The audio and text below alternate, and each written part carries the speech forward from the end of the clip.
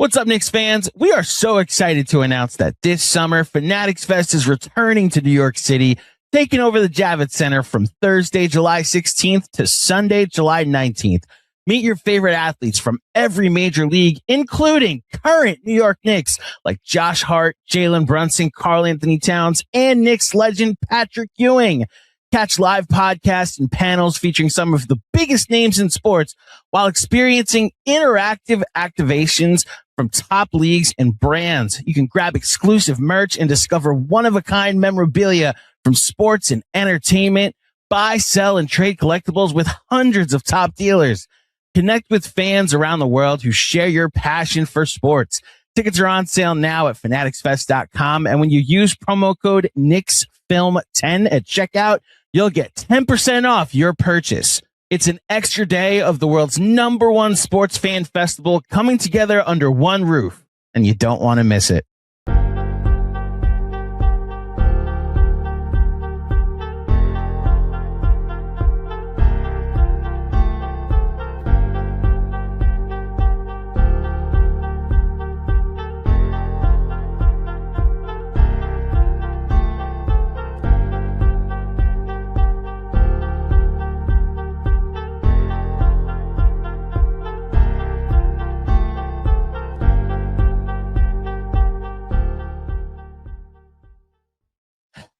All right. Welcome to the Knicks Film School Postgame Show presented by Fanatics Sportsbook. As we are here to talk about quite a little basketball team all of a sudden. Where did this come from? It's been a long, strange journey over the last month and a half since the conclusion of the NBA Cup. There have been some ups. There have been some downs. Some very significant downs. And it feels like this team may be coming out the other side. I think if you watch this game tonight, was this like their best win of the season or was this their most impressive performance of the season from an execution standpoint? No. And yet, I don't know if there are 5 games this year that I personally have come away feeling better about, given where the team has been and where we hope the team goes this year than tonight against the Portland Trailblazers. So let's take a step back. Obviously, there's been a lot of conversation about the trade deadline, about Giannis Antetokounmpo, about whether or not this team should contemplate. I mean, really, there's no other way to phrase it, blowing it up, right? Because if you're trading for Giannis Antetokounmpo, given what it's pretty clear that you would need to give up to just facilitate a deal in terms of all the outgoing pieces and trying to get these draft assets from this team and trying to maybe snag this young player from that team and putting together a package that Milwaukee would find tenable. I mean, you're talking about sending out at least 3 members of your rotation in some form or fashion. So you're blowing up your team. You're starting over midway through what was billed to be a finals or bust season, and you're scrapping it. And you're scrapping it for a guy who is one of the 3 or 4 best players in the league. That's what's been hovering over everything.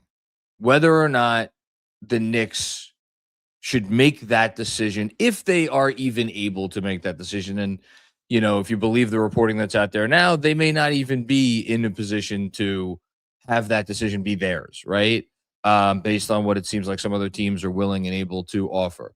But the fact that has been out there and the fact that we have been having very serious conversations about that potential decision and what would need to go out and what is worth sending out,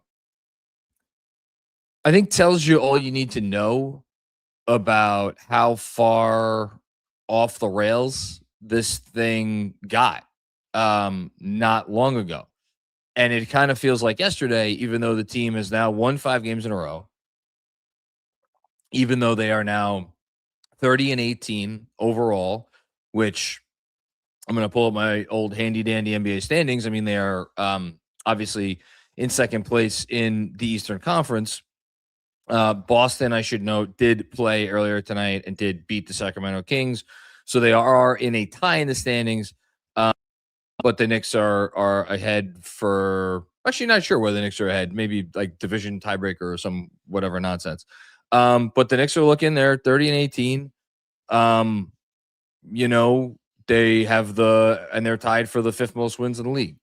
Obviously, 2nd most wins in the East.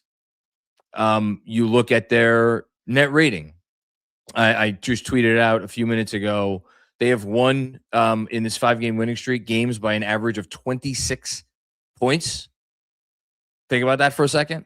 I know, obviously, there have been some massive wins to offset the one close game against Philadelphia, but still, you have a 5-game winning streak in this league. It doesn't matter if your average margin of victory during that 5-game winning streak is 1 point.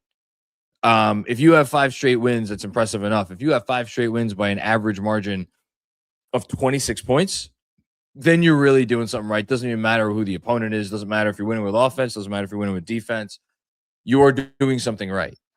And I am going back to an old concept that I used to do all the time when I was at times where I was looking to see where they ranked in the defensive rating rankings, at times where I was looking to see where they ranked in the offensive rating rankings. I am going to be clicking the refresh button a couple times throughout this postgame show because I want to see, after they just held their 4th opponent out of 5 and 3rd straight opponent to under 100 points, and we're going to get to the defense in a second. I want to see if by the end of tonight or by tomorrow morning, the Knicks wake up and they are a top 10 defense. Right now, again, this is before the stats have updated to reflect tonight. Right now, the Miami Heat, who are currently playing, actually, no, sorry, they're not playing. The Orlando Magic are playing. The Miami Heat are in 10th, or currently 10th in defense, at 112.6 points per 100 possessions. Actually, in a virtual tie with the Dallas Mavericks. Knicks are at 113.9, Celtics 113.7, Cavs 113.6. Probably can't get up to 10th by tomorrow. Probably. And playing the Lakers on Sunday probably isn't going to help their effort, given what Luka Doncic did tonight. But I would actually be shocked if they were not in 11th in defense by tomorrow morning. And to say that about a team that, again, I tweeted this out, I think, yesterday, had I think it was a 15-game stretch or a 16-game stretch this season where they were the 29th ranked defense in the league. That's pretty damn impressive. And then you go to this game and you just watch how this game played out. Like, I know the Knicks scored 127 points tonight, which is kind of astounding. They did not win this game with offense. The offense kind of came late. They put up a 40-burger on the Blazers in the final quarter when things got a little silly. But credit to them for getting it to a point where things got a little silly. This was as defense first of a win as the Knicks have had all year. I would even go so far as to put it ahead of the Raptors game that they just played. And yes, I am aware that the Knicks won that Raptors game. I think the Raptors did not score many points in that game. And the Knicks defense was exceptional in that game. And it was especially exceptional down the stretch. And OG Anunoby put on an absolute defensive masterclass in the 3rd quarter. I thought from tip to final buzzer, I thought the defense was better tonight. And look, there were a couple issues tonight that we're going to talk about. Josh, shoot the ball, Josh. Shoot the ball, Josh. Still some uncomfortability with the starting 5, which I don't think anybody's going to swear up and down like that 5-man unit has been fixed yet. But there were so many encouraging signs. Again, to go back to the thing that I talked about right at the top. If you've been watching this team all year and you came into this year knowing what the biggest hurdles that this team was going to have to overcome if they wanted to truly compete for an NBA championship this year, keeping those things in mind, I think what you saw tonight had to have been as encouraging as in any game this year. And as we transition to the individual player shout outs, I am going to start with the guy who had not the most, the second most, not the third most. Hold on, getting my stats updated here. Not the fourth most, but the fifth most points in the starting five. Player I'm going to start talking about tonight had 10 points. He was 3 of 10 from the field. It was not his night from the field. He had a couple of great looks from three that missed in the third quarter. Thankfully, it didn't come back to bite them. And the rest of his stat line wasn't particularly impressive. 2 rebounds, 5 assists. Okay, fine. And then you look in the steals column, and you see 3 steals, and that seems pretty impressive. But then you think back to actually what Mikal Bridges did tonight on the defensive end. And I got to tell you, that was if the OG Anunoby third quarter against the Raptors was a masterclass, I think this one has to be a masterclass right alongside of it. That is the version of Mikal Bridges that if you are a Portland team thinking about, do we get involved? Do we try to, butt our heads into this Giannis trade? And obviously they saw it tonight. If you watch that defensive performance from Mikal Bridges, and then you consider even on a night when he's not hitting his shots, like he's just he helps facilitate everything that's going on the offensive end. Shout out to DJ Zulo, who did a great video of that OG Anunoby third quarter masterclass against Toronto for the KFS Patreon. Shout out to Benji Ritholtz, great grade book that he did spotlighting Mikal Bridges' offense and all the things that he does, moving without the ball, just being a smart player, and how he's in constant motion. So you put together all of that stuff on the offensive end with what he was doing. I am really curious to see if I don't know if I get it tonight.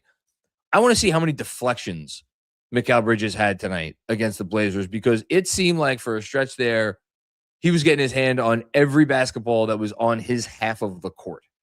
It was that impressive. Absolutely blown away by his effort. And it was really, I think, emblematic of a 5-man unit that I think collectively decided I don't know what, they decided it clearly at some point over the last 5 games, but it seems like their decision is getting even more firm with each passing game. They have decided we are not going to let this season go down like that. Like it looked like it was going down, where there were no show job after no show job against the absolute dregs of the league, the Kings and the Mavs and whoever the hell else they lost to over that span of time. And they came out and they absolutely defended their asses off tonight. And I'm singling out Mikal Bridges to start because I thought his defensive performance was the most impressive of the lot, but it was all of them. And I think, so much credit should go out to this starting 5, which, again, they are not there on offense.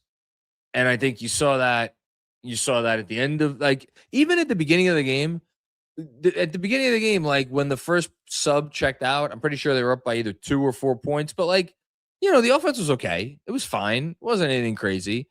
End of the half, you're watching the starting 5, and I was looking in chatnix.com, our great chat group.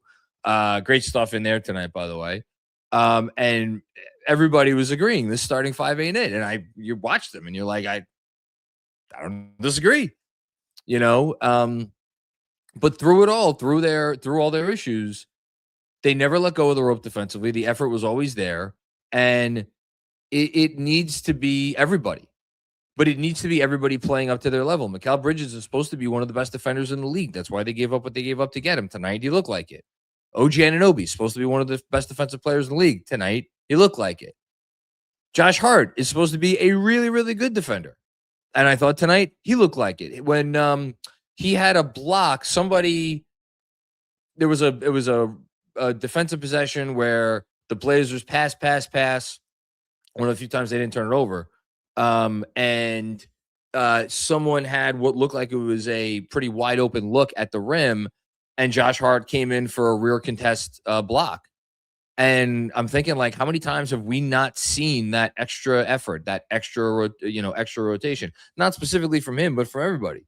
So, Hart with a couple of steals and a block tonight. And then perhaps most importantly, your subpar defenders need to be decent. And I've mentioned it a few times, like Jalen Brunson, I think, has been stepping up a level defensively.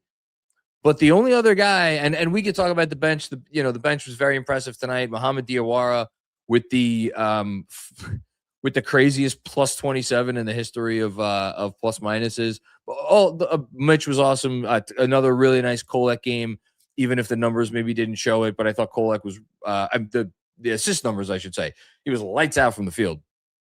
3 for 5 from deep, hitting shots that felt really big in the moment. He really had his offense going. Shamet missed a couple bunnies, but every time he comes in the game, defensively, you know what you're going to get, and constant motion on offense, the whole thing.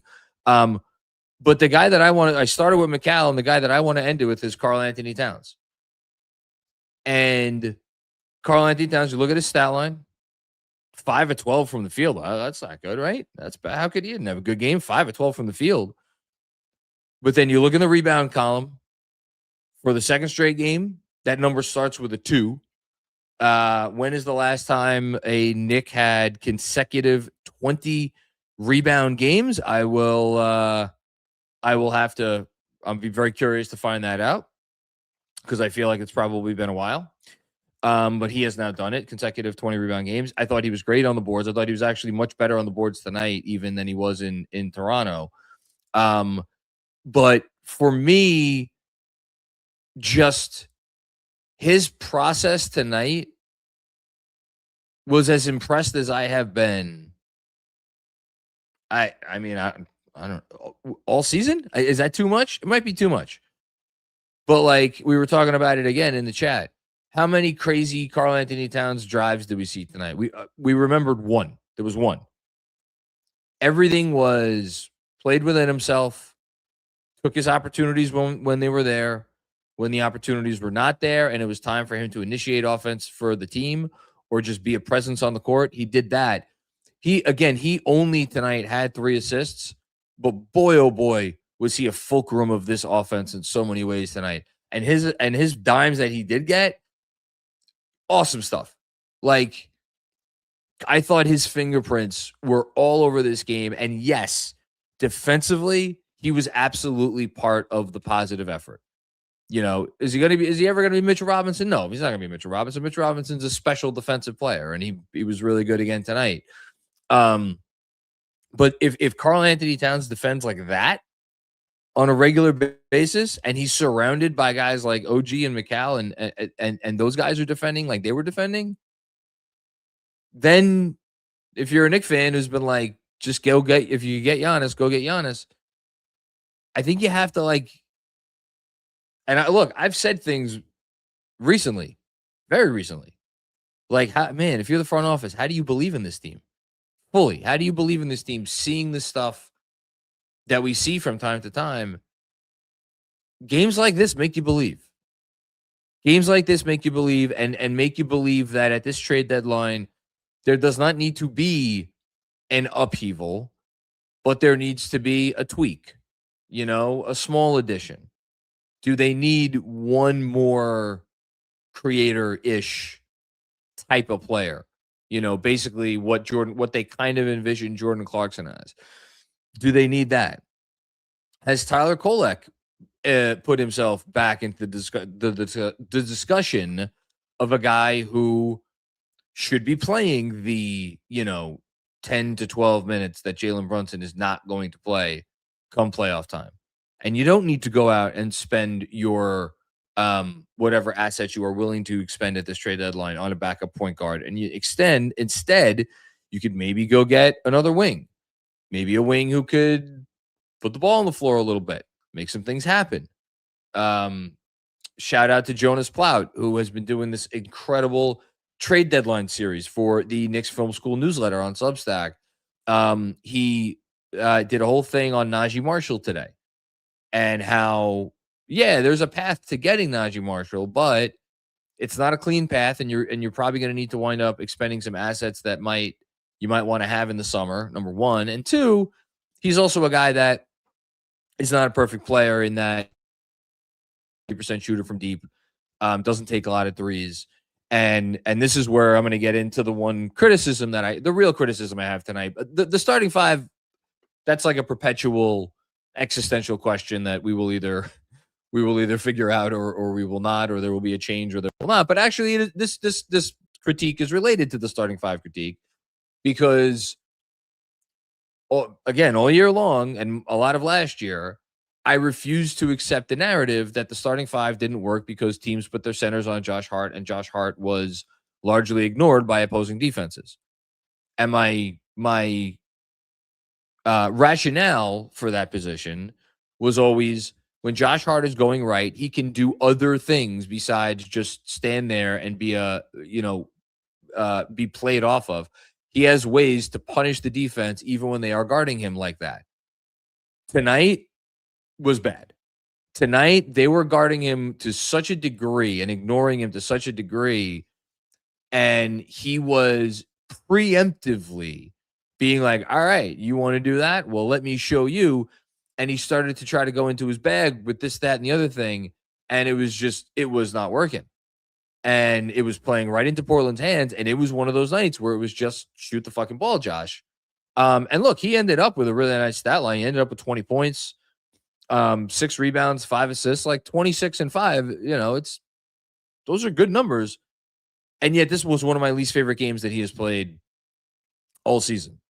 There are times where the defense is going to do that to you.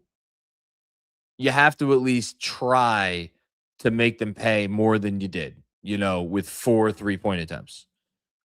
So look, Deuce has been out.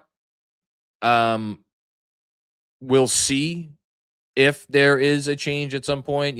Mike Brown has gone back to, he kind of abandoned the double big look for a while. He's gone back to the double big look here and there, obviously not as the starting lineup, but throughout the game. Might he give that another look at some point as the starting five? I don't think he should. And I frankly don't think he will. But yeah, if there's a change, you're looking at Deuce, or you might be looking at, honestly, Landry Shamet. And not to say that Landry Shamet's a better player than Deuce McBride, he's not. But just to preserve that bench unit as it is, and to make sure that you are really strong for all 48, again, the notion of like, wait a minute, there's a world where we could have Josh Hart and Deuce McBride coming off the bench with Mitchell Robinson. Like, that's an exciting world to live in. So I don't know. Look, that conversation is going to probably continue for the rest of the year. We don't need to go too long on it tonight because it is what it is. We've said everything we're going to say about it. But yeah, shoot the ball, Josh. Oh, and then last but not least, I should mention Jalen Brunson, 10,000 career points. My guy. I said it in Chat Knicks tonight. I'll say it again here. I consider myself blessed to be able to watch that man play basketball. I know it's not always perfect. Tonight, I actually thought it was getting in his head a little bit, and he was just like really funky for a while. And that bunny he missed on the fast break was a little painful. And yeah, he's part of the starting five struggles because I think when he's out there with that group, he is trying to have a different mentality. He's trying to be more of a facilitator. He's trying to be more of a cog.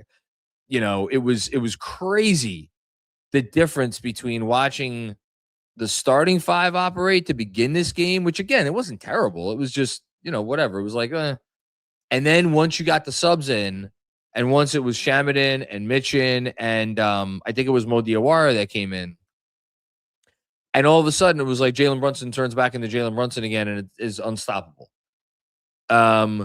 Because he's just so much more comfortable playing that way, where that is his instinct and that is what he wants. It's just what comes natural to him.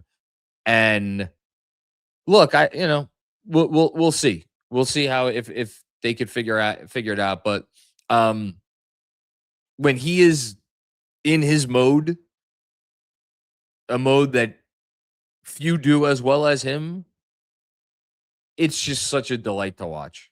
And 26 points again, 10,000 for his career. Kudos to him, and kudos to this Knicks team that is they are refusing to allow us to give up on them.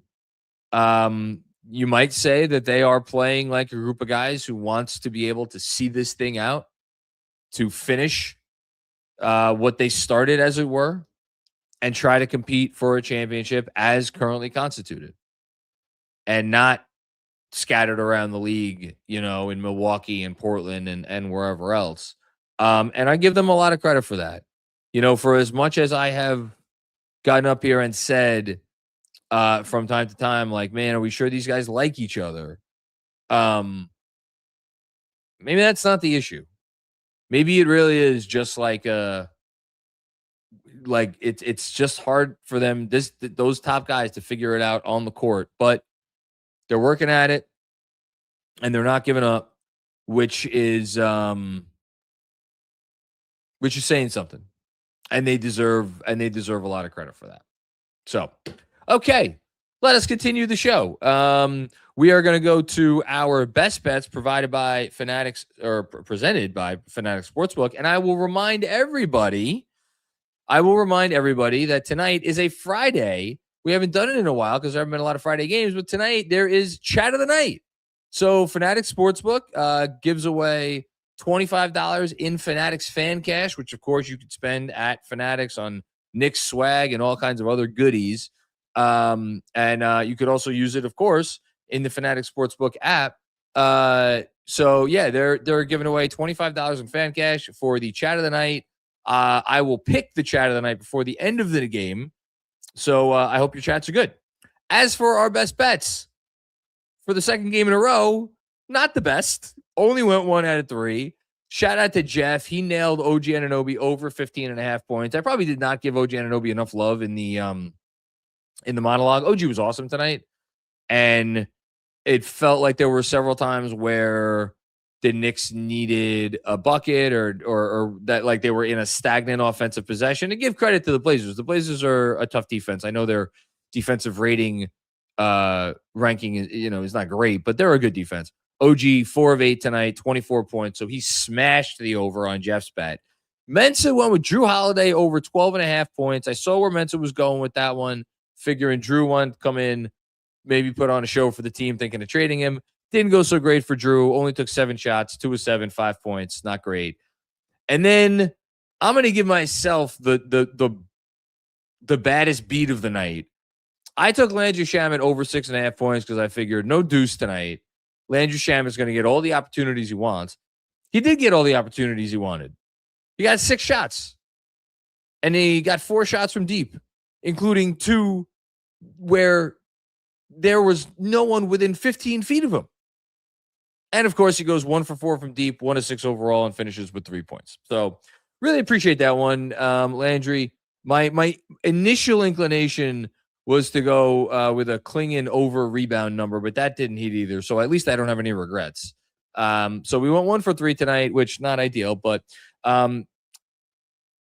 still, check out our best bets before every game in the Fanatics Sportsbook app. And shout out to Fanatics. Okay, here we go. Very parched. I've already drank all of my water, which means I'm probably going to need to get an alcoholic beverage. But why don't I read the first chat? Andrew Badow. What's going on, Andrew? Our heart, John. Most improved player, Nick votes due. When he takes off number 11 and the team is hard to formulate on and off court, but 1 of 1. JB Brains, heart pumps it, bro. Andrew, if we were giving away $25 in FANCASH for the most confusing chat of the night, I would give it to you because I'm not really sure what you mean by all that. I think you mean that you like Jalen Brunson and Josh Hart.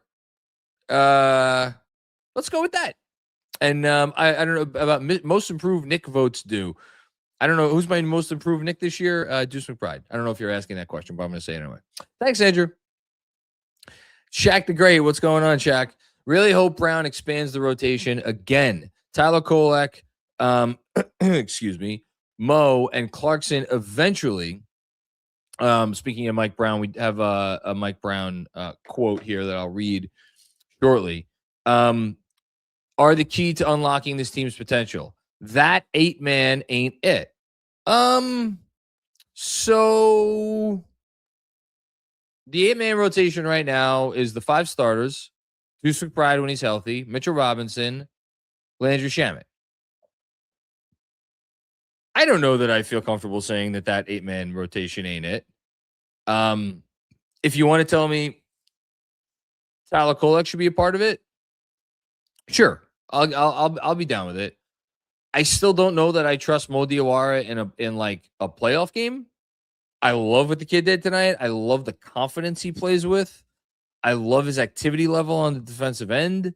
I love his potential. Like again, it's not between and this is not to disparage other young Knicks, but between him and Kolek, and if you want to throw in Hakordi and Dadier and McCullough in there, between all those guys, like I am more excited about Mo Diawara's potential than the combined potential of the other 4 guys. And that's not me being hyperbolic. It is genuine. That dude, because if that dude hits, fucking forget about it. And he looks like a guy at this point where it's like, well, he hasn't proven to me yet that he can't hit. So all that being said, I don't know that I trust him with minutes in real games. Kolek, man, as long as he keeps the turnovers under control, like he was shooting with confidence tonight. That was big. 2 turnovers, okay, whatever. 2 turnovers in 18 minutes, you'll deal with that.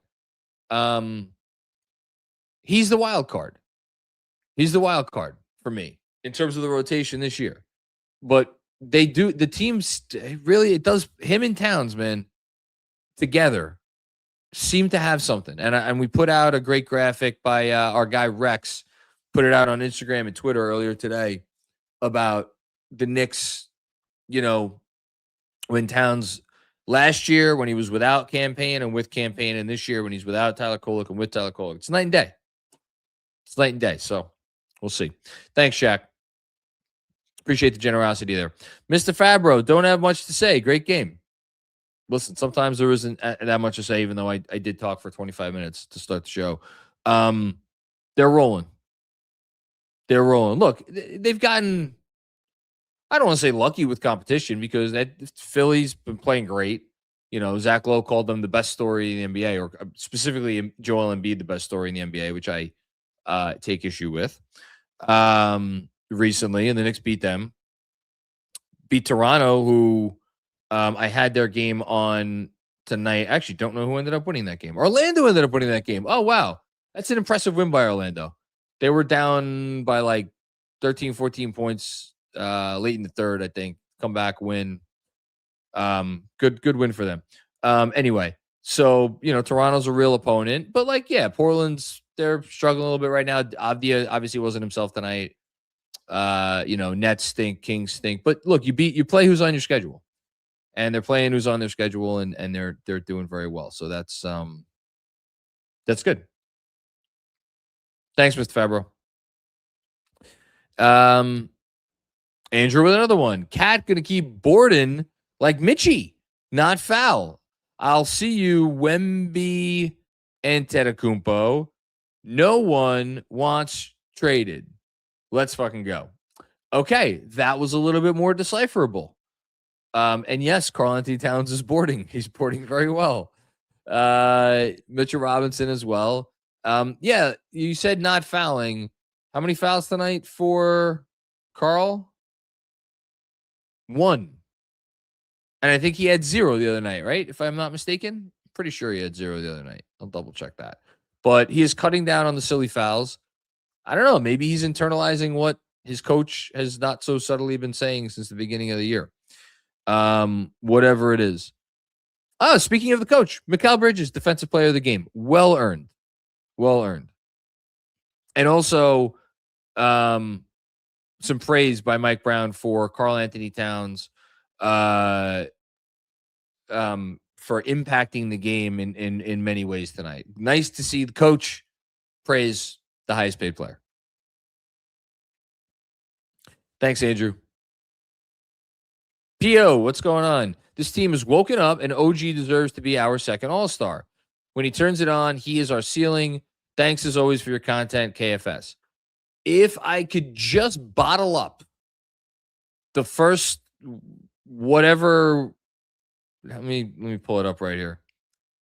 So before the injury, it was 12 games. If I could bottle up those 12 games, and it's actually not even 12 games. It's because he only played 5 minutes in the 12th game. So if I bottle up those first 11 games when OG was 17 points a game, had a plus minus of plus 11.5, which was by far the best on the team. 6 rebounds, 2 steals, over 2 steals, almost a block. Awesome. If I could take those 12 and then combine it with the last, when did he really start to turn it around? The funny thing is his defense started to turn around against like the Nets. So that game he only took 4 shots. He only scored 5 points. It's the last 4 games really that the scoring has come around too. So his last 4 games scoring wise, Philly 10 of 15, 23 points. Sacramento 5 of 7, 15 points. Toronto 11 of 18, 26 points, and then tonight 10 of 17, 24 points. So if I could only concentrate on those 16 games, then yeah, absolutely. OG Anunoby is a 2026 All-Star. Unfortunately, we have the rest of the season to consider, where he was, I will say, underwhelming defensively, and his offense, he had some nice offensive performances, but his shooting, his efficiency was way down, basically until recently. And then he also missed, 1, 2, 3, 4, 5, 6, 7, 8, 9, 10. Yeah, he's missed 10 games too, which kind of hurts his case as well. Look, if your point is that OG Anunoby is the Knicks' second most important player, I'm here for that discussion. But I do think if you're talking about the Knick that deserves to be their second All-Star this year, I think it's Karl Anthony Towns. Thanks, man. Music in my pocket. What's going on, Chris? If Cat finds his offensive game, it's over for the league. If you give me this version of Cat in every facet, and then you add just his regular offensive production, where do I bet? Where do I just bet a whole lot of money on the Knicks to make the finals? Seriously. Like that's it. That's the whole thing. If you give me this version of Cat and he actually starts making shots, and I know there's been some discussion of late about, well, what is it? Is he struggling? Is he not hitting shots because he's in his head? Or is he not hitting shots because he's not, it's something physical, and either he doesn't have the lift or he doesn't have the burst or something like that. I tend to think that there's not one answer for these things. I think he's just in a bit of a season-long funk, and I think it's probably multiple factors. And if it is partially physical, well, then maybe he needs to adjust to what his new physical reality is right now. I don't know. I don't really have one answer. But if he figures it out, man, fuck. Like, yes. Sign me up. Thanks, Chris. Another one. Diawara is untouchable. Chris, that's our first entrant into the chat of the night. Congratulations. Okay. I love it. Is he untouchable? Maybe not quite untouchable, but he is a guy that, I'll say this. there will be no throwing Diawara into some deal to grease the skids. Like, if it's like we get Giannis Antetokounmpo if we give up Mohamed Diawara and we don't, if we don't, then we could have a conversation. But like, that's one of those dudes. We talked a lot about the draft picks that the Knicks have missed on over the years. He might make up for all of it. Might. We'll see. Thanks, man. Tony NFL, what's going on? Man, Diawara is talented. Yes, talented and he's got the tools. As you say, 6'9", long and athletic wings don't grow on trees. Plus 27 in 17 minutes. I really hope he isn't a throw-in in a small trade. Perfect timing. No, they will not. They will not do it. Look, the contract situation is a little dicey. He's only on a 1-year deal. So if some team, really wants to go hard after Mohamed Diawara, like they will be able to do that.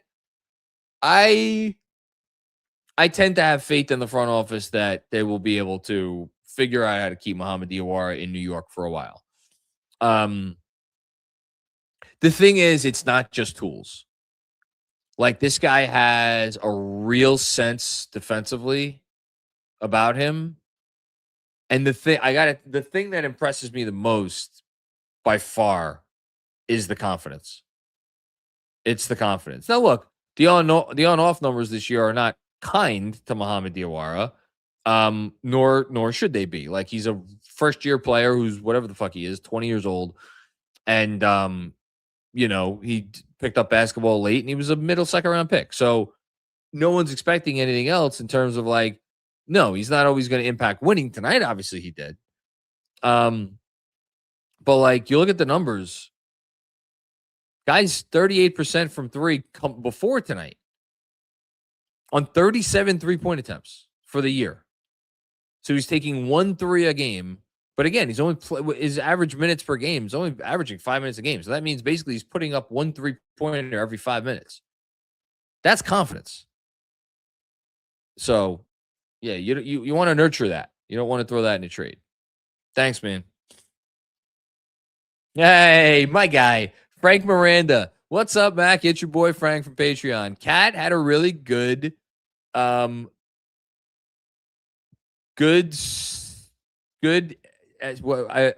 SAST 2 games. Good last 2 games. That's it. Good last 2 games. Yes. There, I said it.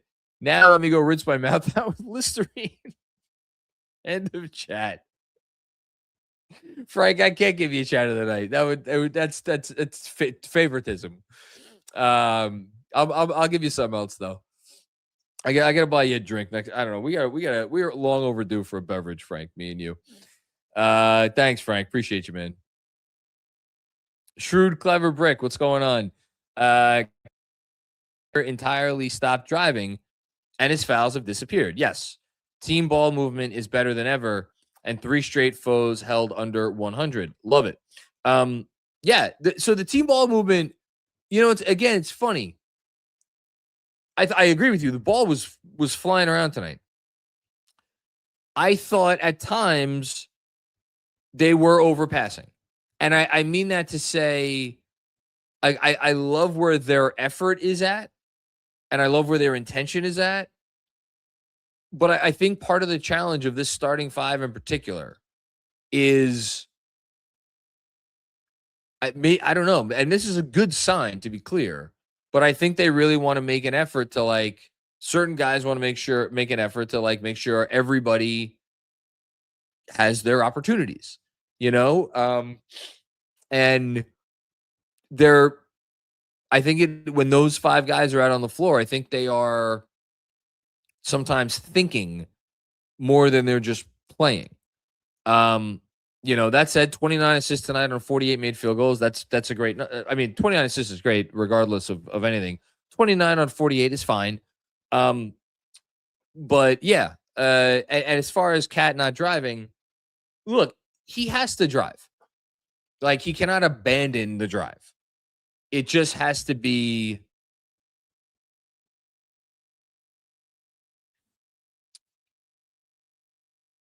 I think when we are at the point where when defenses have a chance to load up and defend the drive, it is no longer effective. So can they get back to putting him in positions where the drive starts off without a defender in prime guarding position? You know, where a defender does not have time to load up. And can you get the defender a little bit off kilter? And look, there are people smarter than me that can devise all kinds of ways to do that. Obviously, the Knicks have already tried at times to do that stuff, but you know, we'll see if we get there. We'll see if we get there. But yeah, it helps. It helps reduce the fouls. That's for sure. Thanks, Shrewd. Oh, Ray, I wasn't sure if anybody was going to touch on this. Hold on, I gotta toast to this one.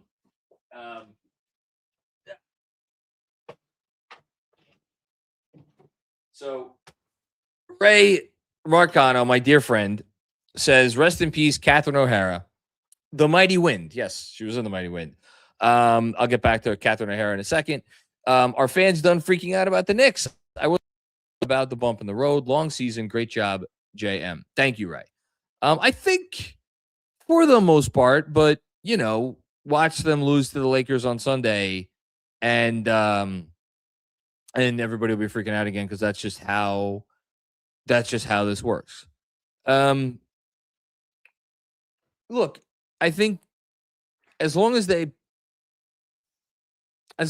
play hard and as long as they play smart, I think people will be okay. I do think that like there is now an official aversion to this starting five with good reason, and that falls more on the coach than the players. But have people stop freaking out? Look, let's get past the trade deadline. If we get past the trade deadline, then I think it'll be the rest of the season will be a lot easier. As far as Catherine O'Hara,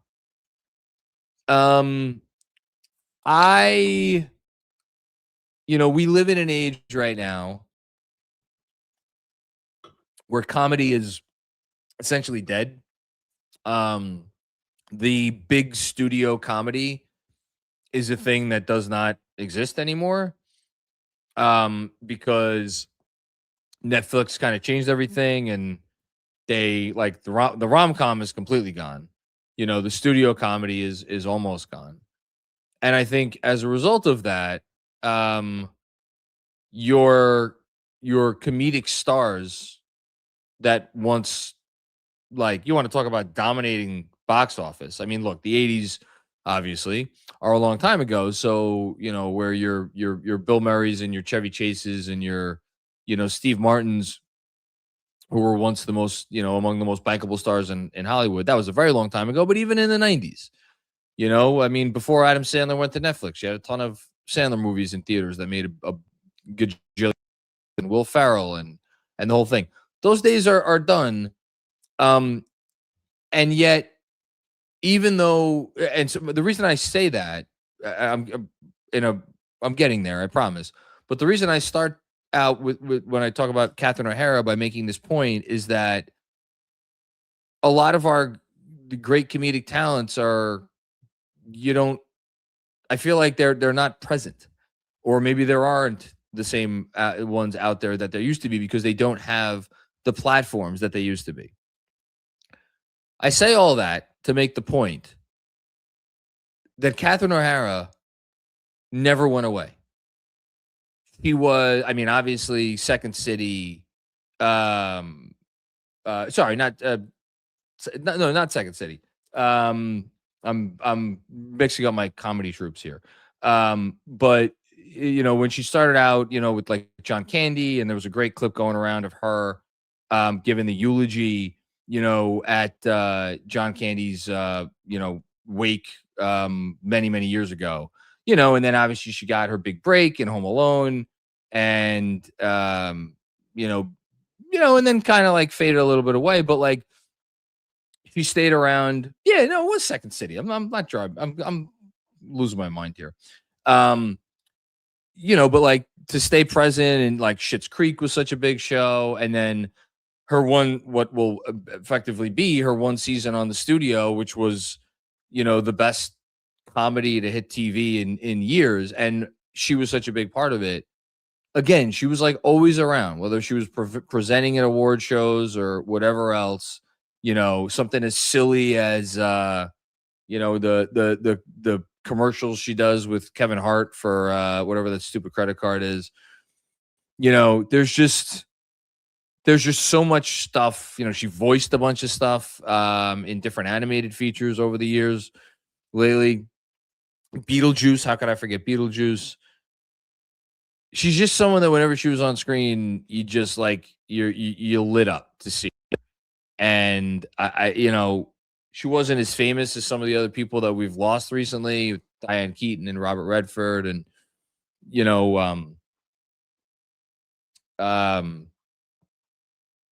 Reiner, more recently. But man, this one hit really hard.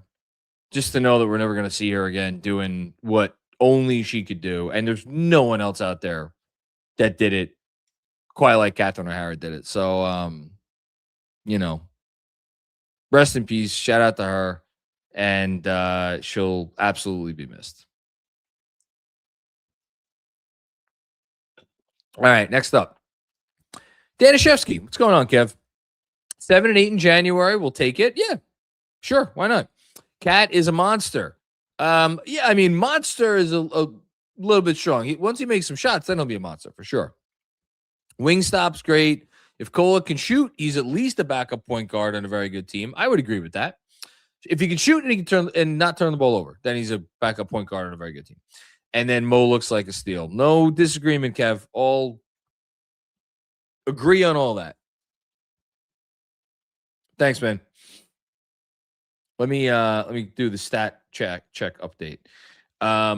Jibo, what's going on, Jibo? Cat with another 20 rebound game, leading the league in double doubles and rebounds. A certain coach said, "You don't have to shoot well to play well." What coach was that? I forget who that was. He was a smart man, that coach, whoever you're talking about. No, great stuff from Cat and great comment there. Thanks, Jibo.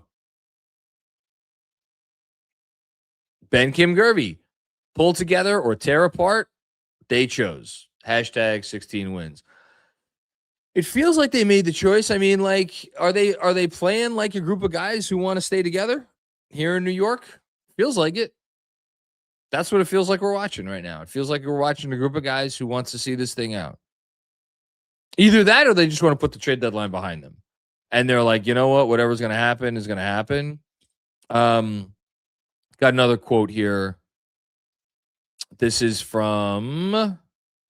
courtesy of the SNY Knicks account, whatever it is. Knicks Videos, I think. I should know what the Twitter account is. This is Cat. This is Brunson, but he's with Cat. I think we're a little bit more connected than we've been. Got to continue to build off of it and keep having each other's backs. Yeah, man. You could say they're the things that they're saying are not. They are not said by accident. These things, these quotes. So it's a good sign. It's a good sign. Thanks, Ben. Appreciate you as always. Brian Fishman, what's going on, Brian? Andrew had a pregame show with a Blazer guy. Yes, lemon meringue. And he basically balked at our wings like the Blazers' wings were way better. I think he has his beer goggles on. Danny Meringue is as good a content creator as there is out there. He is, if you are a Blazers fan, Danny Meringue is you love him. You love the guy. He's a homer. He's a full, unabashed homer. And, Tamani Kamara is Scottie Pippen, and Denny Avdia, I'm sure, is who's Denny Avdia? Probably a cross between Larry Bird and Magic Johnson. And Donovan Clingan is freaking who? I don't know. Wemby? I have no idea. But he holds his guys in very high esteem. And that's great. That's wonderful, and it's his right to do so, and he should. But I would not take, what he says about the Knicks or the Knicks wings as gospel. That's all. Love you, Danny. Thanks, Brian.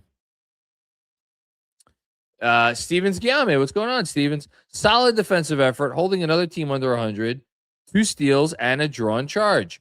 Brunson to get the hard hat. No. It was McCall, and it was well-deserved. McCall's defensive game was the best. And I actually think you undersold him. I think Brunson had 3 steals. Oh, no, they took one away. He had 2. I swear I looked earlier tonight, and I thought he had 3, but they must have taken one away. You know what? Brown is going to save it because he's the only guy that hasn't got one. And at this point, it's kind of just funny. But yeah, we'll see. We'll do a little celebration when he gets it. Paul McFairline, I am diagnosing this team with bipolar disorder. I mean, I sent out a tweet, whatever it was, earlier today or yesterday or something. I'll try to pull it up real quick. Just for people to really get a sense of how crazy the discrepancies have been. Where are we here? I tweet too much. Okay. First 15 games of the season, their defensive rating was 18th. The next 10 games, their defensive rating was 3rd in the league. The next 16 games, their defensive rating was 29th at 120.6. Now, in the last 6 games going into this one, they had the top-ranked defense in all of basketball, and with a 98.3 defensive rating, and I would bet that defensive rating goes down after this game. So, yeah, I think bipolar is pretty accurate. Thanks, Paul. Hey, Greg. What's going on, Greg? Thank you, as always, for the very generous contribution. Appreciate it. I know it is the Blazers, but games like tonight are why I don't want New York to blow it up midseason. My sentiments exactly. Cat is settling into his role as a decoy, passing, feasting on the boards, and playing better defense. I still believe in this group. There is a world where Karl Anthony Towns can dominate basketball games taking the number of shots that he took tonight. What did he take, 12 shots? He could dominate a game taking 12 shots. Now, probably more useful for him to take 14 to 16 shots, but he could dominate a game taking 12 shots. Would I say he dominated this game tonight? I don't know if he dominated it, but I don't know. Who's the player of the game?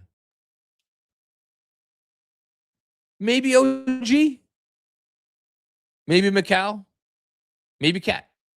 Those would be my 3 contenders for player of the game. So, and again, dude was 5 of 12 from the field.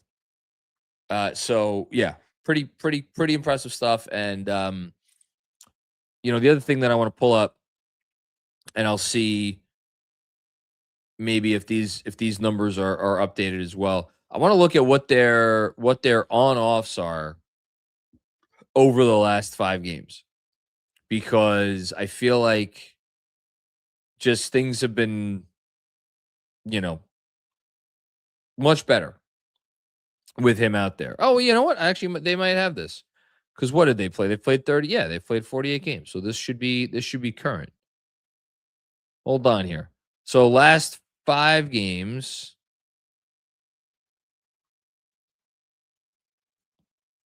We'll see as I pull this up here. Hold on. We got some nice quotes coming today. Speak of the devil. This is a tweet from Chris Persianen. Mike Brown credits Karl Anthony Towns for his 2nd consecutive game with 20 rebounds. Yeah, it's what great players do. Good stuff. Okay, here we go. Last 5 games. So, no, last 5. Why aren't you giving me the last 5 games, you stupid thing? Okay. My God. There are some wild numbers here.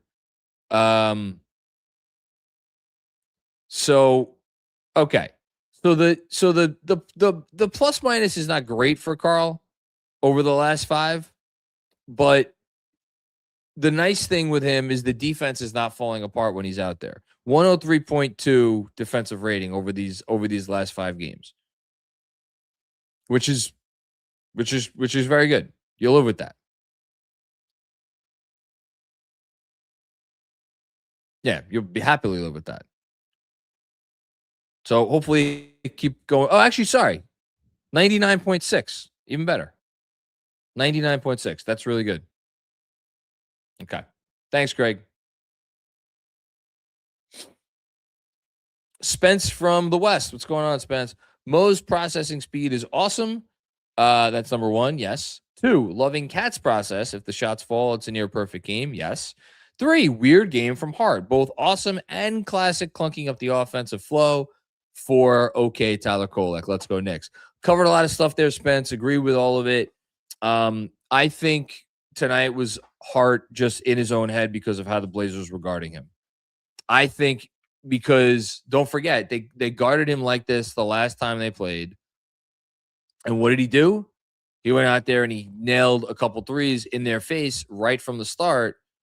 And it changed how they guarded him a little bit, and it really opened up things for Josh.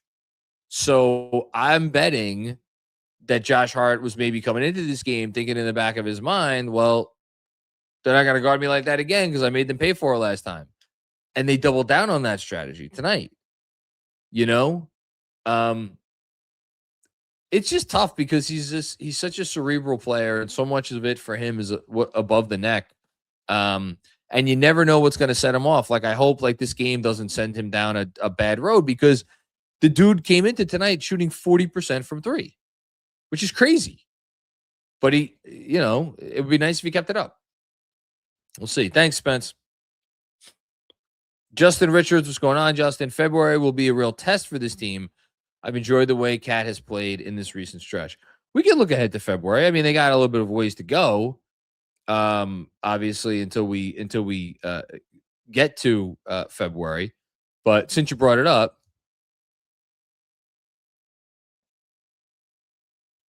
starting obviously with LA, big game.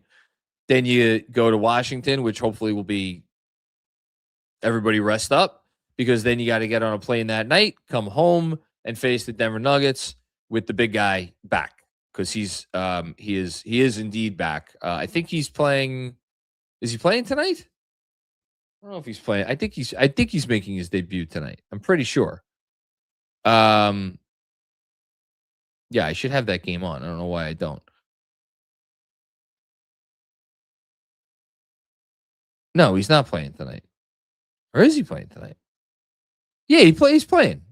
Yeah, he's got 20 points on 8 shots. So yeah, Jokic is going to be back. So that's obviously going to be a tough one. And then you finish the 4 before the All-Star break at Detroit, at Boston. Tough. Indy at home. Okay. Hopefully that's a nice win, although Indy's playing better. And then you finish with a trip to Philly before the All-Star break. So that's all difficult. And then here's your stretch coming out of the break. Home Detroit, home Houston, and then 3 straight road games: Bulls, Cavs, Bucks. Now, Bulls are always feisty. Bucks are going to be going into the tank. And then the Cavs, that's a big game, that Cavs game. And Cleveland's been playing better, although they are struggling. They're losing bad tonight to the Suns. We'll see. You're right. It'll be very telling. And look, they'll have another down stretch. Which is fine. They'll have another down stretch, but it's okay. Keep racking up wins so you can sustain the next down stretch, and you finish. At this point, I think the goal is probably finish second in the East. Thanks, Justin. Sounds good, Kev. And Rich, Josh Hart for the 3-point contest. Yeah, something tells me he's not getting that invite this year. I wonder if Brunson's going to get the invite. What's he shooting from 3? I don't even know. Let's see. Brunson from 3 this year. Is he's not at 40%. 38.4%. He'd probably get an invite. He should. Thanks, Ant. Okay. Quick word or quick second, quick break, whatever, to tell you about our stat of the night. Jonah's Nito stat of the night, courtesy of our intern, Jonah Kaufman. Stat of the night, 97. That is 97 points allowed. It is the 7th time this season the Knicks have given up less than 100 points. Obviously, 4 of those have come in their last 5 games. Blazers only 19 free throw attempts. That's only the 9th time they have taken that few this season. That's great. And then only 3 for Denny Avdia. He's a free throw machine, and they did a really great job of limiting them tonight. And also, this is only the 4th time this season Klingon has had 6 boards or fewer. He is 4th in the league in rebounds. Go look at some of his recent rebounding games. Ooh, excuse me. They've been insane. So for him to only get 6 rebounds tonight, really, really impressive stuff. But yeah, Knicks defense is they're coming to play. Which is great. About damn time. All right. Thank you, Jonah. And now we got a second to hear from our friends at Yule. Part of every post-game show is Yule because I get to crack open my bottle of the Black Edition ready to drink and have a sip of something that tastes, frankly, like a milkshake. It's delicious. So what is the Black Edition ready to drink? It is something that, if you're like me, you have a busy life, grabbing something on the go, but you want it to be healthy. You don't want to, microwave that old slice of pizza and just feel disgusting about yourself afterwards. You want to have something that is good for you. And obviously that tastes great. It is Yule to the rescue. So their high protein starter kit contains both the Black Edition ready to drink, which again, I got right here. Comes in some great flavors: vanilla, coffee, strawberry, banana, and of course chocolate. Who doesn't like chocolate? And then you have the Black Edition powder. Comes in a great little bag, little scoop. Got a nice shaker, which I have upstairs because I double that as a water thing for myself during the day. And it's super easy. Under $5, 27 vitamins and minerals, 35 grams of protein, no artificial anything. And I mean, if you're trying to, achieve those New Year's goals, drop some weight, whatever the case may be, recover after the gym, Yule's got you covered. So limited time offer. You can still get it. The high protein starter kit. Use that code KFS to get 20% off. First time customers only. You just go to Yule.com, HUEL.com/KFS. Don't forget the code because that's how you get the discount. It's new customers only. And yeah, shout out to Yule.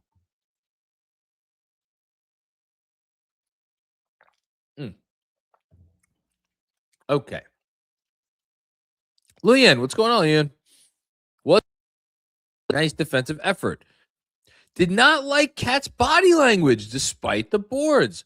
Huh.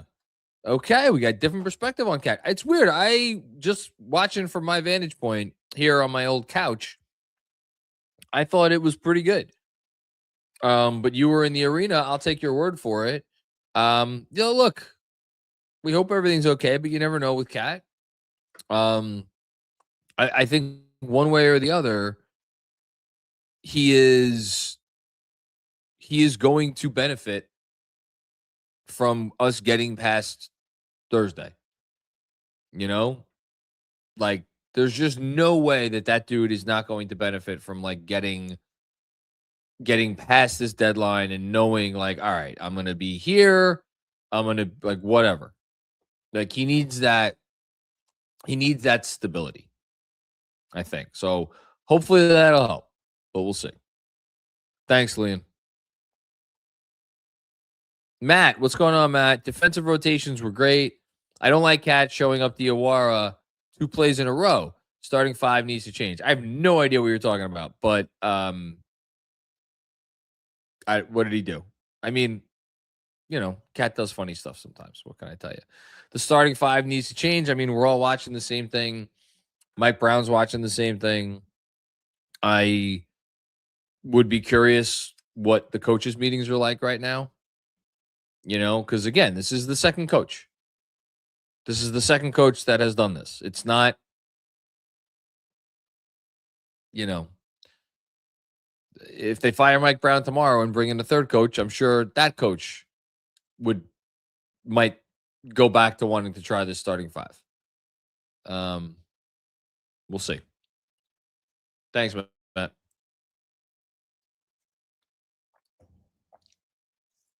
Next up. No?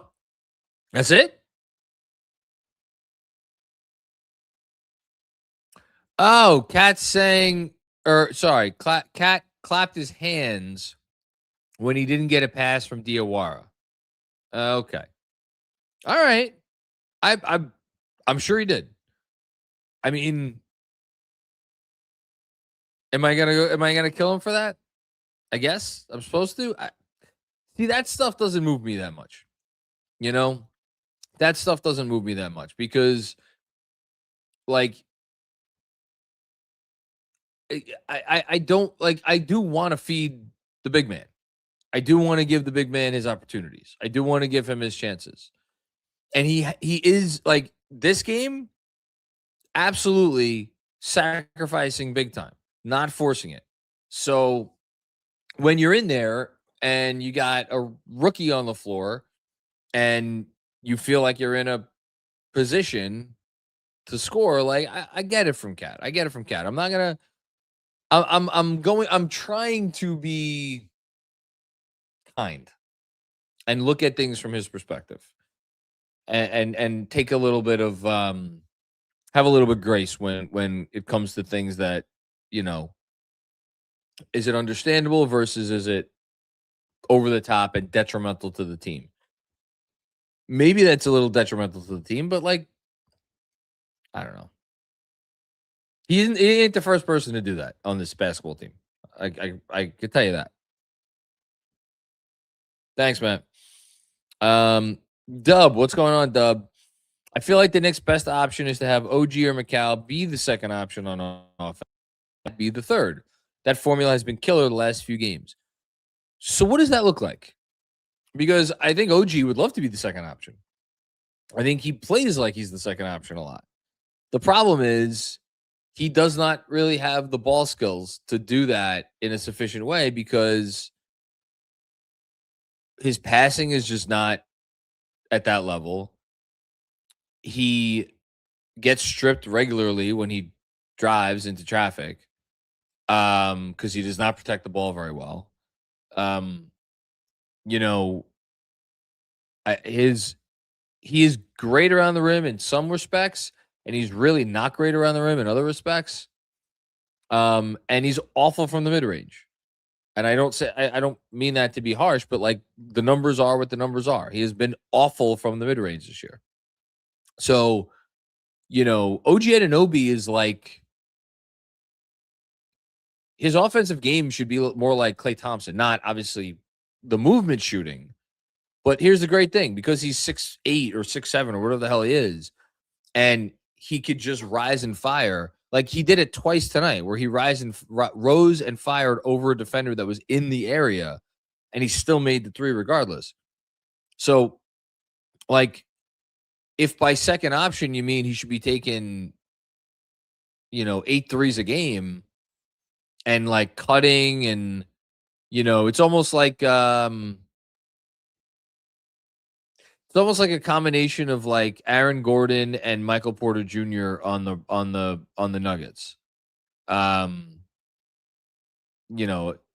Obviously there's no Jokic here, so that's a little bit tougher, and he's not, and OG is not the I don't think he's as intuitive as is, off the ball, but he's good.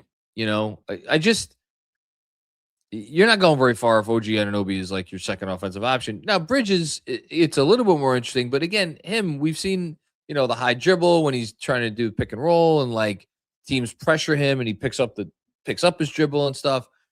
They don't really have a traditional number two. That's the reality. and they didn't last year. Cat wasn't a traditional number 2 last year. He was more traditional than he has been this year, but he wasn't a traditional number 2 last year. They're in that sense, they're kind of a funky team. And I don't think, and I appreciate what you're coming at, the perspective you're coming at or from here, because you watch it and you're like, maybe that looks more like it or whatever. I think the formula is like Jalen Brunson, go be Jalen Brunson, and everybody else, like, you're going to get your opportunities in the natural flow of the offense when Brunson's on the floor.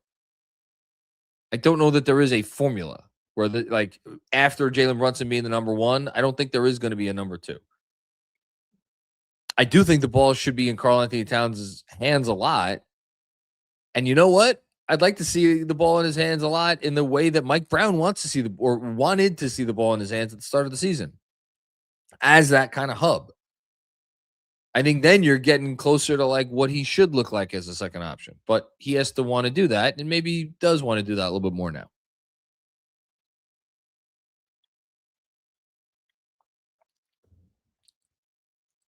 Thanks, Dub. Freeway Hustle. What's going on, Freeway? I prefer us falling short for the chip than getting fleeced. I'm tired of watching teams like the Lakers, Celtics, etc. get superstars for peanuts. Well, we always overpay. Fuck that. Look, the Luka trade is a once in a lifetime anomaly made by someone who just probably should never have had that decision-making power and got probably a little bit too power hungry or a little bit too power drunk on his own power. Put that aside. What other superstars have the Lakers gotten? They got LeBron James because LeBron James decided to walk there as a free agent. That was his choice. They got Anthony Davis in a trade that objectively is viewed now as an overpay. Because they gave up everything and then some. And in your own Weitzman's great book, A Hollywood Ending, it talks a little bit about how, not that they got fleeced, but the Pelicans were on the other line being like, do they know what they're doing here? So they didn't get superstar that guy for peanuts. And then before that, it was Pau Gasol. Now, Pau Gasol, you could say, all right, did they kind of get him for peanuts? Well, they gave up Marc Gasol in that trade. Now, they got 2 championships out of it. Marc Gasol might be the greatest Grizzly ever. Okay, that was maybe a little bit of a fleecing. Very strange league at that time. But that we're talking almost 20 years ago. That was 2000. That was 2007. It's 2026 right now. So the Lakers have not, other than Luka, which again is an anomaly, the Lakers haven't gotten any superstars for peanuts in almost 20 years. The Celtics drafted Jason Tatum, drafted Jaylen Brown, signed Kyrie Irving. What am I forgetting?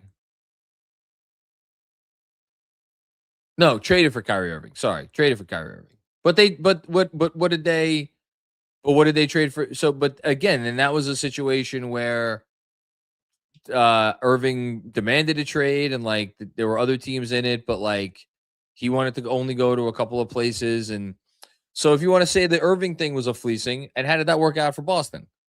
Worked out terribly. That was a disaster. Hayward they signed as free agent. So then with them, you really have to go back to the Garnett trade. Again, you're talking 20 years ago. So, I don't know. It costs a lot to get stars. That's just the reality of the situation. It costs a lot to get stars. And a lot of it is about timing. Houston Rockets, right place, right time to get Kevin Durant, and he was at the right age or the wrong age, as it were. If you want to be upset, be upset about that the Rockets didn't pay more for a guy who has been one of the 10 best players in the league this season. But he's also 37 years old, so look, the Knicks got Jalen Brunson for peanuts. A lot of people around the league probably aren't thrilled about that, especially given who is running the team and his relationships. So if I don't know. I there's a very long-winded way of saying, like, you got to pay for what you want. And if you want a guy who is the third best player in the league, you got to pay for him. There is no Knicks tax. There will not be any Knicks tax from the Bucks. They're going to take the best offer. That's all there is to it. So, thanks, Freeway Hustler. Albee Square. This is honestly why it's hard for me to get too invested in the regular season with this team. They're just trying to get to April, and so am I. Yeah, it's fair. I don't know. I think they were going through some real stuff. I don't think that was just boredom, what we saw. I think there was some real on-court stuff and some real off-court stuff going on there. But it seems like they're figuring things out, and it's all part of the process. That's what makes it fun. What makes April basketball fun and exciting is because you've been through the journey. So this is the journey, and the journey has ups and downs. Sports. Dub with another one. Hart back-to-back 20-point games. Don't sleep on him. Yeah, I mean, I'd like him to take, the open threes when he has them. But yeah, Hart's had a really nice season. He's been fine. Tonight had some misgivings, but overall he's been fine. Very happy he's back and healthy. Very important part of the team. We'll see. Will he continue to start? Should he continue to start? I don't know. It's an interesting question. What else we got here? Oh, I thought we got another little update. Blue Flags. What's going on, Blue Flags? How you doing, man? Gimme Momo. Seriously, extra big body wing has been the biggest roster gap since day one. Yes. I'm on board with focusing on Najee Marshall. An on-ball creator need is overblown. A veteran depth center would be nice, but no big deal. I don't know where that veteran depth center is. I don't know where that player is that's out there. Unfortunately, I wish I saw one. But you think the need for an on-ball creator is overblown? It might be. Because here's the thing, like, what, on-ball creator, it's like, that means a guy who could generate his own shot. So Jordan Clarkson, right? Now, obviously, Jordan Clarkson is not making those shots at a commensurate rate, and the defense isn't there either, which is why he's not playing. What guy are you going to get out there? Now, here's the thing with, you say you're on board with focusing on Najee Marshall. Najee Marshall is kind of a creator in his own way. That dude drives like crazy. Jonas, I'm gonna pull it up because these stats were really, really good. So Najee Marshall, he's currently one of 3 players to have appeared from Jonas Plout. You could read this in both the Knicks Film School newsletter and his newsletter, the Cap Crunch, which everybody should sign up for. It's awesome and it's free.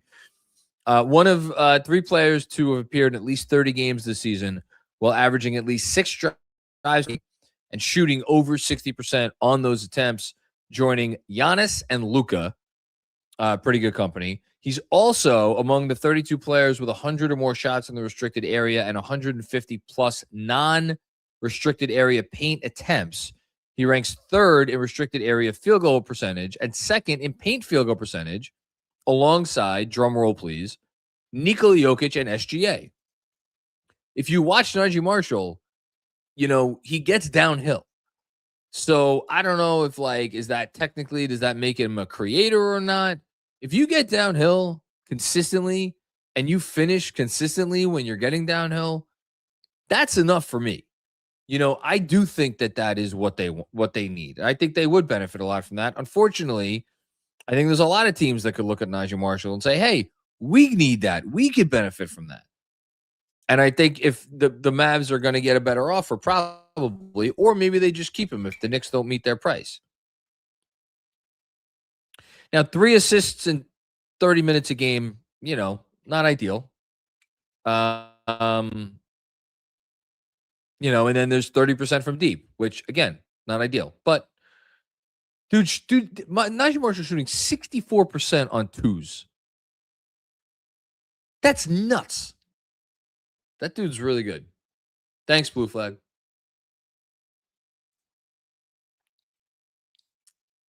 Hush Zoo, what's going on, Hush? Just when I thought I was out, they pull me back in. This team is like a toxic relationship. Just absolute carnage, but we make it work. We back? Let's go Knicks. I was thinking of a different analogy. I was thinking of the analogy when I watched this starting five. I was thinking of an analogy to speaking of rom-coms, like a bad rom-com where the two leads just have no chemistry. And you're like, man, all the pieces of this are here for this to be a decent flick, but the chemistry is not there. That's what the starting five feels like. But toxic relationship, I don't think it's quite toxic. It's with some of the players maybe a little bit, but no, it's a fun team. It's a fun team. They keep it interesting. Let's say that. Thanks, Hush. Blue Flags with another one. Also, Giannis is a drama queen who I don't want on the Knicks. Not worth it. Not realistic anyway. February 6th can't come soon enough. Go Knicks. Go KFS. Thanks, man. Is he a drama queen?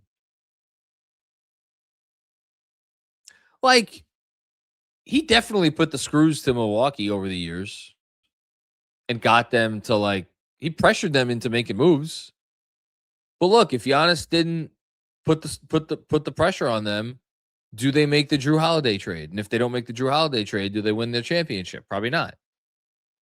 So I don't really begrudge him too much for asserting himself, and being like, all right, extension season's coming up. I don't know. And then now, did it end up leading to some really awful franchise killing decisions for the Blazers? Yes. The Dame trade was awful, and it's one that they're going to be paying for a lot now, unless they get their own picks and swaps back from Portland. And then obviously the Turner thing is looking like a disaster. So, is he a drama queen? I think he's frustrated. I think he's a guy that wants to win, and he's looking at the other people at his level in the league. Jokic, SGA, Luka, Wemby. And those guys are playing for the best team in the West, the second best team in the West, the third best team in the West, and what are the Lakers? Lakers might actually be the fourth best team in the West, standings wise, as of right now. I don't even know, but they're up there.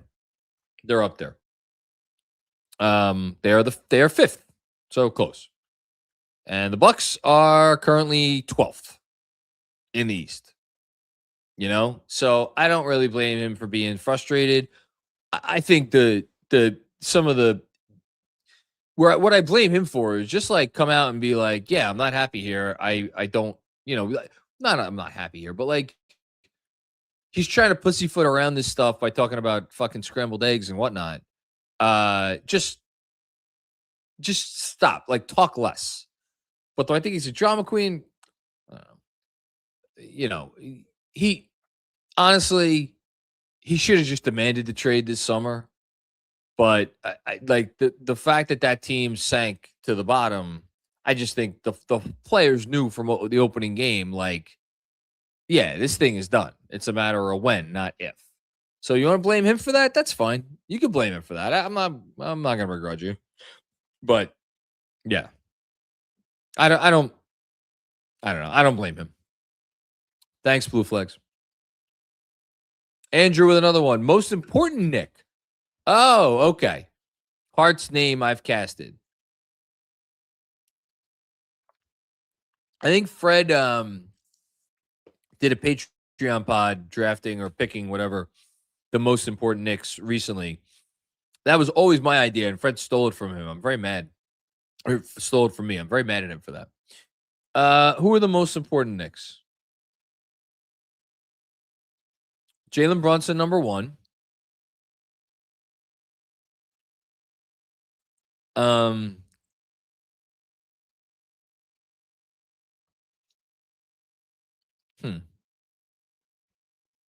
OG Anunoby, number 2.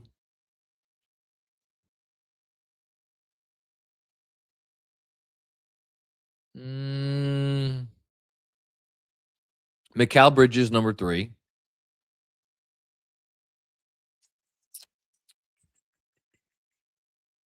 This is tough. I'll go Towns 4. I'll go Towns 4, Mitch 5.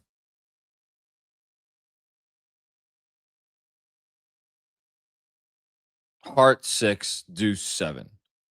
Feels wildly disrespectful to put Deuce 7th. Because if you look at the on-off data, he might be the most important Nick. But I'll go Deuce. I got Hart 6th, So I just think OG and Mikal, what they do for what they mean to the defense and how those two guys in unison, I almost want to give them a tie for second. What those two guys mean to the defense, there's just no one else on the roster that could come close to approximating what they are capable of doing on the defensive end. And that's this team is going to score. They're going to score. Jalen Brunson by himself is a top 5 offense. So it comes down to the defense, and that comes down to OG and Mikal. So that's why they get my 2 and 3. But, you talk about Hart, meaning H-E-R-T, and then Hart, H-A-R-T. That stuff matters. But also, the reality is they need all 7 of those guys. They need all 7.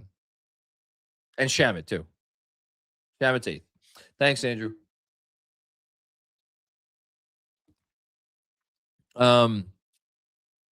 Andrew with another one. At this point, minimal moves. So Leon defeats Dolan. I don't think Dolan is banging the desk for Giannis. I would be surprised. But who knows? Maybe he gets involved. If he even got involved, I don't think it'll make a difference. I just don't think that's happening right now.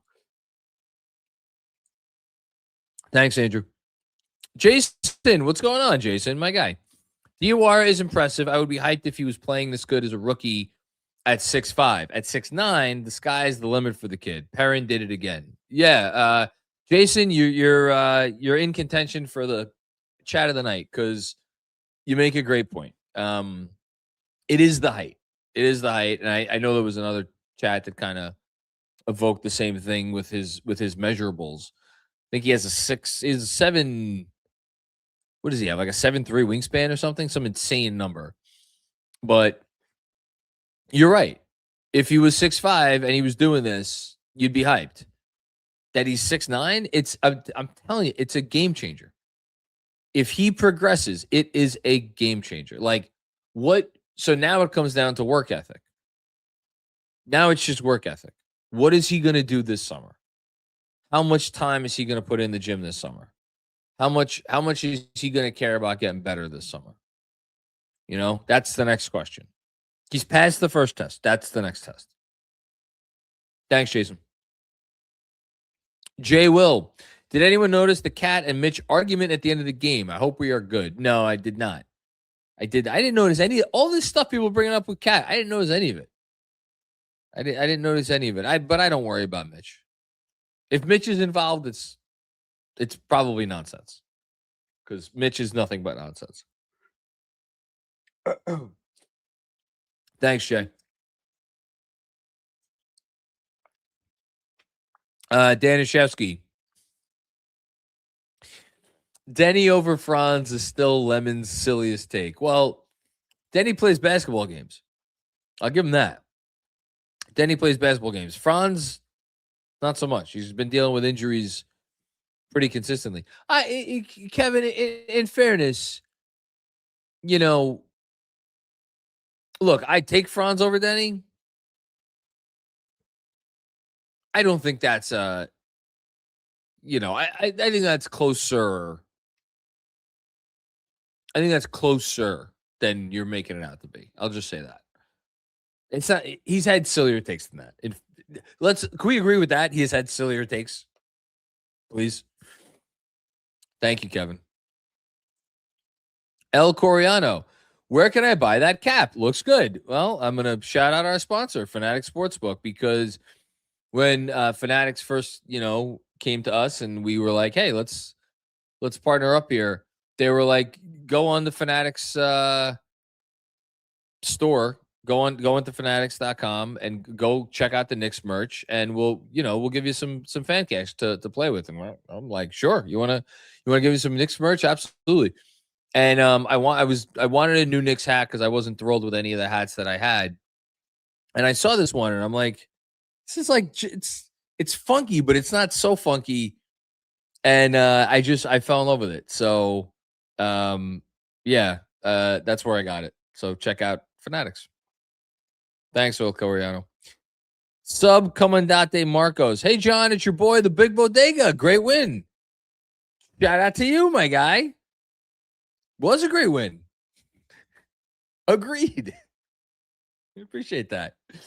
By the way, I'm still blocked on Twitter. Damn that hacker. Who are you blocked by? Not me. I don't even know how to block someone. Message me or something. Shoot me an email. I don't know. I'll figure out how to get you back. Danishevsky with another one. Random question. More enjoyable season, 22-23 or 2021? That is a random question. So the We Here season or Brunson's first season? More enjoyable.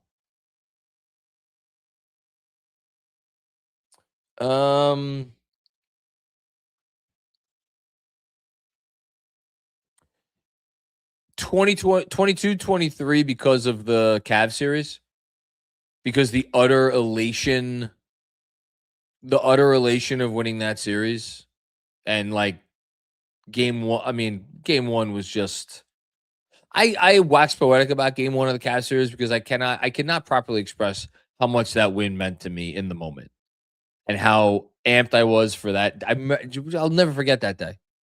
The whole day, I could not. I had agita all day.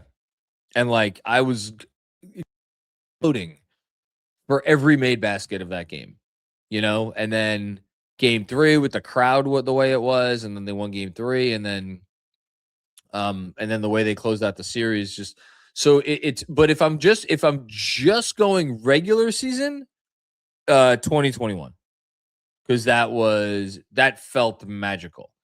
The Brunson piece of it started to feel a little magical later in 22-23.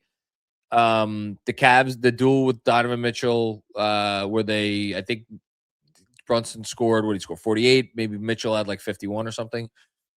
But I remember that first quarter. I've never seen a first quarter like that in any NBA game I've ever watched, where I think they both went for like 20 or whatever it was. But it was like, holy crap, we really got a guy. And then some of the other great moments, the IQ game at the Garden, and Randall's shot, and there were just so many amazing wins that season. It's now that I'm talking about it, the answer is if we include the whole season with the playoffs, it's 22-23, and it's the easy answer. And while there were more Well, there were more magical moments in 22-23, even in the regular season, than 2021. The reason why I'm leaning 2021, if we're just talking regular season, was because, again, your word is enjoyable. So enjoyable connotates not only obviously enjoyment, but also things that detract from your enjoyment. And 22-23 season started out, the whole first third of the season was miserable. And then you had some other down periods, those 5 losses in a row around New Year's. Like, that wasn't ideal. You had some other bumpy moments later in the season there. So, whereas 2021, that was just all gravy. So they were like whatever they were. What were they? 2 games under 500 when they made the Derrick Rose trade? But it was like, whatever. Who cares? This team's still the best story in the NBA. How much fun is this? We're Knicks fans and we're rooting for a team that actually is playing games that matter. Whoop-de-doo. So it was all gravy, and then you win 16 out of 20 games, and it was like, holy shit, is this happening? So yeah, that's why I would lean 2021. Again, if the adjective is enjoyable, 2021 for regular season, but 22-23 for the whole campaign. That was a good question, Kev.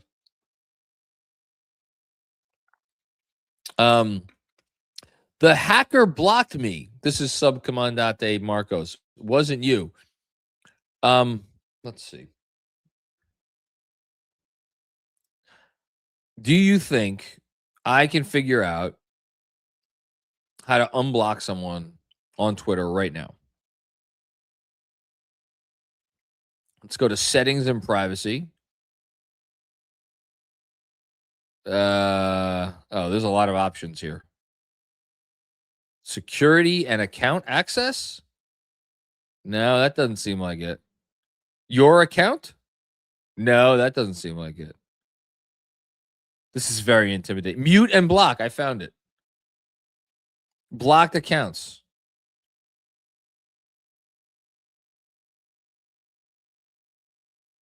Which one is yours? Oh, the Big Bodega. Unblocked. There you go.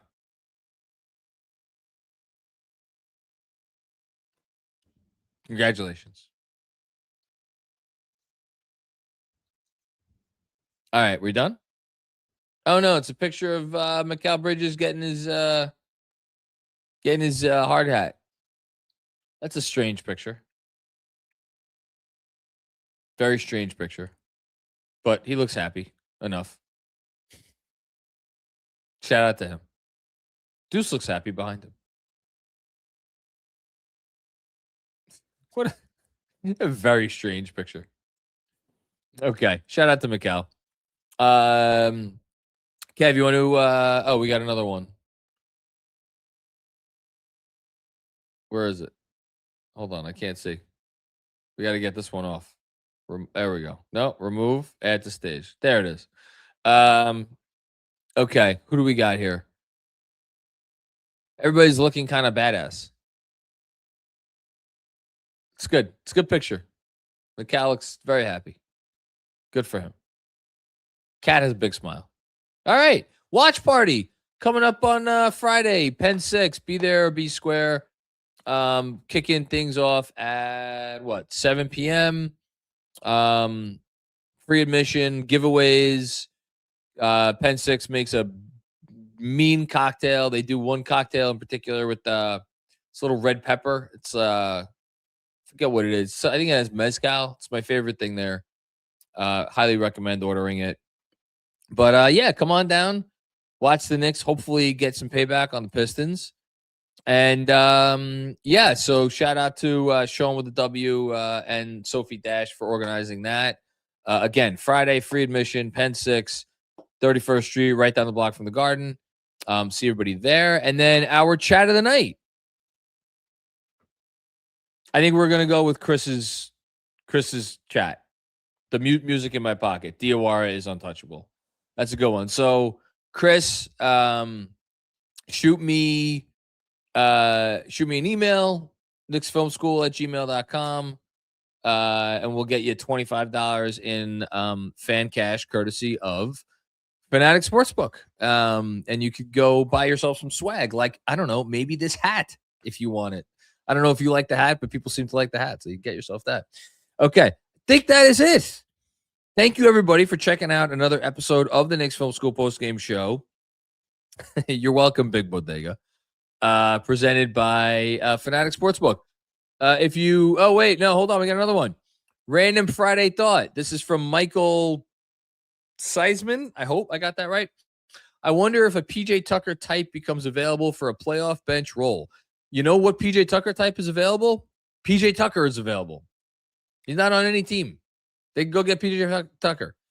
It feels like this team could use a voice like that to help consistently bring out what we've seen in the last 5 games. So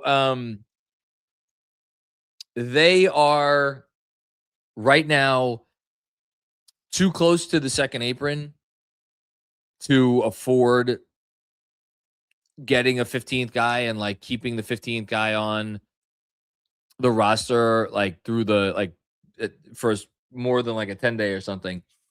One of the reasons why you could be sure that this team will make some sort of trade, even if it's dumping Pacome Dadier or something, is because I think they want to have that 15th guy.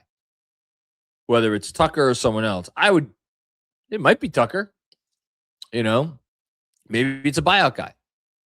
I don't know that there's any obvious buyout guy that I'm looking for to appear. Like, I don't even know. Yeah, I don't really see an obvious buyout guy. Kevin Love. Does Kevin Love want to come here? I wouldn't mind having Kevin Love. I think Kevin Love could actually still play. So, that's an option. Yeah, but again, Tucker would be fine because again, you're looking at it just for locker room. So good thought, Michael. Definitely. All right. Thank you everybody again for checking out the show. Please support it in any way you can. Big ticket ones are subscribe on YouTube. We love getting those subscribers on YouTube so people could see what we're doing and all the great stuff that we put up there, and also turn on your notifications so you know when we go live.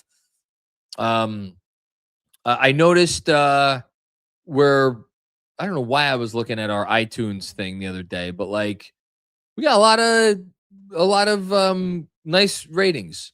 So I would love to get a few even more of those. So if you have some time this weekend and you're feeling generous, feeling good about the Knicks winning 5 games in a row, and you want to help out your friends here at Knicks Film School, take a second and give us a 5-star rating. That really helps us, and it helps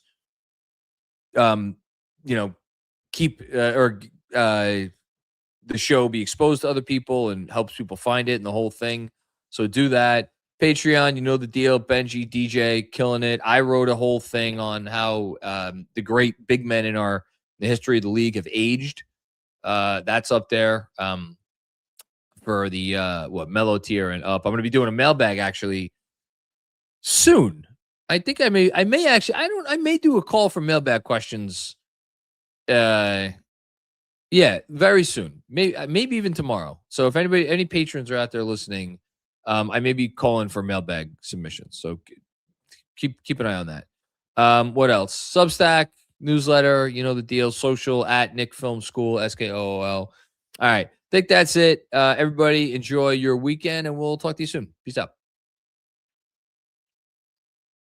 Must be 21 or older. Gambling problem? Call 1-800-GAMBLER. Connecticut, call 888-789-7777. Massachusetts, call 800-327-5050. New York, call 877-8-HOPE-NY. Maryland, visit mdgamblinghelp.org. Not available in all states. Terms apply. See the Fanatics Sportsbook app.